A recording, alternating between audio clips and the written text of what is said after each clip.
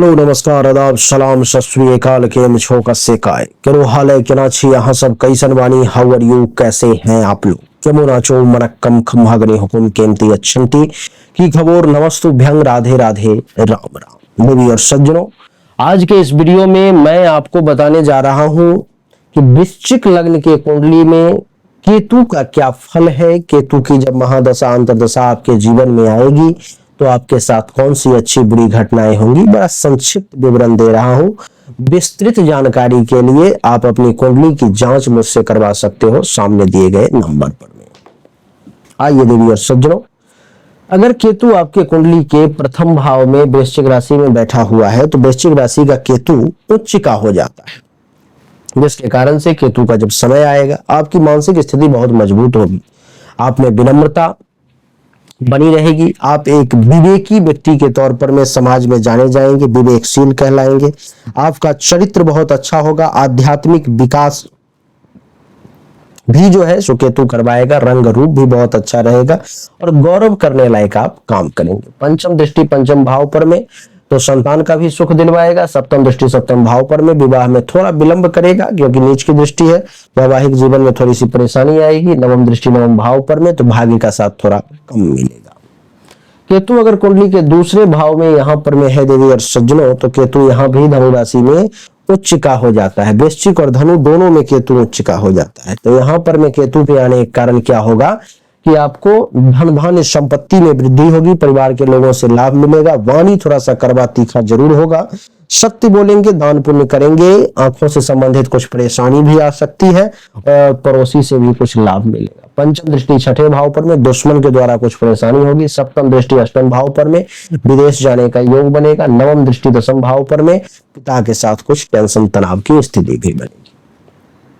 केतु अगर कुंडली के तीसरे भाव में है और शनि भी सही जगह पर विराजमान है जहां पर वो अच्छा फल दे सकता है, तो आपको ये केतु यहाँ भी बढ़िया परिणाम देगा। जैसे कि छोटे भाई बहन जूनियर्स का सुख मिलेगा, पराक्रम में वृद्धि होगी, धैर्य मजबूत होगा, गुप्त शत्रु का नाश होगा, गले नाक कान श्वसन अंग से संबंधित परेशानी दूर होगी। पंचम दृष्टि सप्तम भाव पर में और नीच की दृष्टि है तो जीवन साथी के साथ टेंशन तनाव होगा। सप्तम दृष्टि नवम भाव पर में तो भाग्य का साथ कम मिलेगा और धर्म में थोड़ा सा विश्वास कम होगा। नवम दृष्टि एकादश भाव पर में तो आपकी जानकारी के लिए बता दूं कि आमदनी के क्षेत्र में ये वृद्धि करेगा, इच्छा की पूर्ति करेगा। अगर शनि सही जगह पे नहीं है जहां पे आपको अच्छा फल दे सकता है तो ये आपको मैंने जो कहा उसका पूर्ण विपरीत यही सब फल, लेकिन पूर्ण विपरीत में देगा। केतु अगर आपके कुंडली के चतुर्थ भाव में है और शनि भी बढ़िया जगह पर में है जहां पे अच्छा फल दे सकता है, तो यहाँ पर में केतु आपके सुख में वृद्धि करेगा, माता से लाभ दिलवाएगा, जमीन मकान गाड़ी अचल संपत्ति की प्राप्ति करवाएगा और छाती हृदय फेफड़े संबंधित परेशानी को दूर करेगा। पंचम दृष्टि अष्टम भाव पर में तो दुर्घटना के योग बनाएगा। सप्तम दृष्टि दशम भाव पर में तो पिता की संपत्ति को लेकर टेंशन तनाव देगा। नवम दृष्टि द्वादश भाव पर में तो विदेश जाने के भी कुछ योग बनाएंगे और धन का नुकसान भी हल्का फुल्का करेगा। लेकिन अगर ये शनि सही जगह पर नहीं हुआ तो मैंने जो बुरा परिणाम कहा है वो तो मिलेगा ही, लेकिन जो अच्छा कहा है वो भी बुरा ही प्राप्त होगा। केतु अगर कुंडली के पंचम भाव में है बृहस्पति की राशि में तो आपको संतान से संबंधित परेशानी देगा, इशू देगा। विद्या बुद्धि का सही इस्तेमाल नहीं कर पाएंगे, यश में कमी होगी, चाहने वाले लोगों की संख्या में कमी होगी, धर्म कर्म का पालन नहीं कर पाएंगे, प्रेम संबंध में परेशानी आएगी, पेट से संबंधित परेशानी आएगी। पंचम दृष्टि नवम भाव पर में भाग्य का साथ नहीं मिलेगा। सप्तम दृष्टि एकादश भाव पर में तो आमदनी के क्षेत्र में रुकावट आएगी। नवम दृष्टि प्रथम भाव पर में मेंटली तौर पे बहुत डिस्टर्ब रखेगा।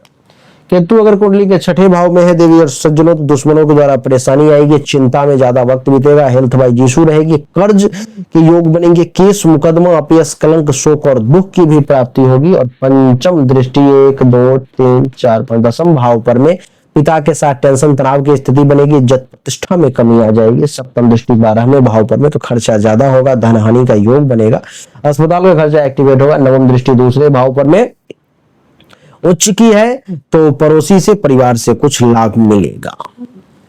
केतु अगर कुंडली के सप्तम भाव में नीच का हो देवी और सज्जनों, तो विवाह में विलंब होगा, वैवाहिक जीवन में परेशानी होगी, जीवन साथी के साथ टेंशन तनाव, काम वासना की अधिकता, दैनिक रोजगार व्यवसाय का अच्छा न चलना, प्राइवेट पार्ट से संबंधित भी परेशानी के योग बनेंगे। पंचम दृष्टि एकादश भाव पर में, तो आमदनी में भी वृद्धि के योग तो नहीं बन पाएंगे, कमी ही होगी, इच्छा भी पूर्ति नहीं होगी, लाभ भी नहीं मिलेगा। सप्तम दृष्टि प्रथम भाव पर है तो मेंटली तौर पे परेशान करेगा। नवम दृष्टि तीसरे भाव पर में खुद के पराक्रम में भी कमी होगी, धैर्य भी कमजोर होगा। केतु अगर कुंडली के अष्टम भाव में है तो अचानक से धन हानि का योग बनेगा, रैंडम लॉस, अचानक से बनते हुए काम का बिगड़ना, दुर्घटना की स्थिति, बीमारी के योग और मृत्यु तुल्य कष्ट का योग। पंचम दृष्टि में 12वें भाव पर में है तो खर्चा, धन हानि, अस्पताल का खर्चा, आंख से संबंधित परेशानी, किसी की मृत्यु भी हो सकती है। सप्तम दृष्टि दूसरे भाव पर में धन धान्य संपत्ति का नुकसान, परिवार में टेंशन तनाव कलह की स्थिति। नवम दृष्टि चौथे भाव पर माता जी को लेकर के भी काफी खतरा बना रहेगा, जमीन मकान गाड़ी से संबंधित भी परेशानी है। केतु अगर कुंडली के नवम भाव में है देवी और सज्जनों, भाग्य का साथ नहीं मिलेगा, धर्म के पालन करने में परेशानी होगी, तीर्थ यात्रा वगैरह में परेशानी का योग बनेगा, यश में कमी, ससुराल से टेंशन तनाव का योग, संत महात्मा ऋषि मुनि ब्राह्मण आचार्य का भी साथ नहीं मिलेगा। पंचम दृष्टि प्रथम भाव पे दिमागी तौर पर परेशान रहोगे। सप्तम दृष्टि तीसरे भाव पर में तो पराक्रम में कमी आएगी, छोटे भाई बहन से टेंशन तनाव होगा। और नवम दृष्टि पंचम भाव पर में तो संतान प्राप्ति और संतान के सुख में बाधा बनेगा। केतु अगर कुंडली के दसम भाव में है तो पिता तुल्य लोगों के साथ टेंशन तनाव, काम धंधा का अच्छा न चलना, पद प्रतिष्ठा मान सम्मान में कमी का योग। पंचम दृष्टि दूसरे भाव पर में तो वाणी में दोष की स्थिति, पड़ोसी के साथ टेंशन तनाव, परिवार में कलह की स्थिति। सप्तम दृष्टि चौथे भाव पर में सुख में कमी, जमीन मकान गाड़ी घोड़ा बंगला के रिगार्डिंग परेशानी।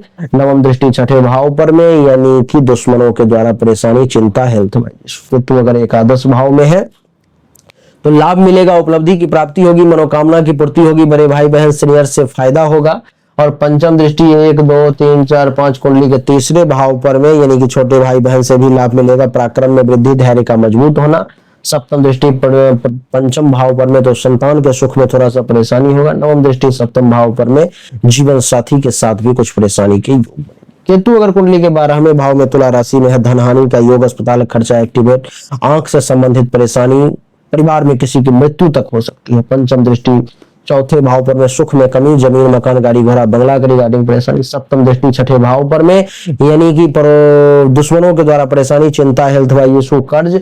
और नवम दृष्टि अष्टम भाव पर में अर्थात क्या होगा, अष्टम भाव पर में अर्थात ये कि दुर्घटना और एक्सीडेंट की स्थिति भी सामने आ सकती है। देवी और सज्जनों, तो यही थी वृश्चिक लग्न में केतु का फल, जो हमने आपको बताने का प्रयास किया कि केतु की महादशा अंतरदशा आएगी तो आपको क्या फल मिलेगा। उम्मीद करता हूं कि ये छोटा सा वीडियो आपको अच्छा लगा होगा, पसंद आया होगा। अगर आपको अच्छा लगा, पसंद आया तो इस वीडियो को लाइक करें, शेयर करें, चैनल को सब्सक्राइब करके इसके बेल आइकन के बटन को दबा दें। एक बार फिर से आप सभी का बहुत बहुत धन्यवाद। Thank you so much. जय हिंद, वंदे मातरम। बोलिए राधे राधे, राम राम।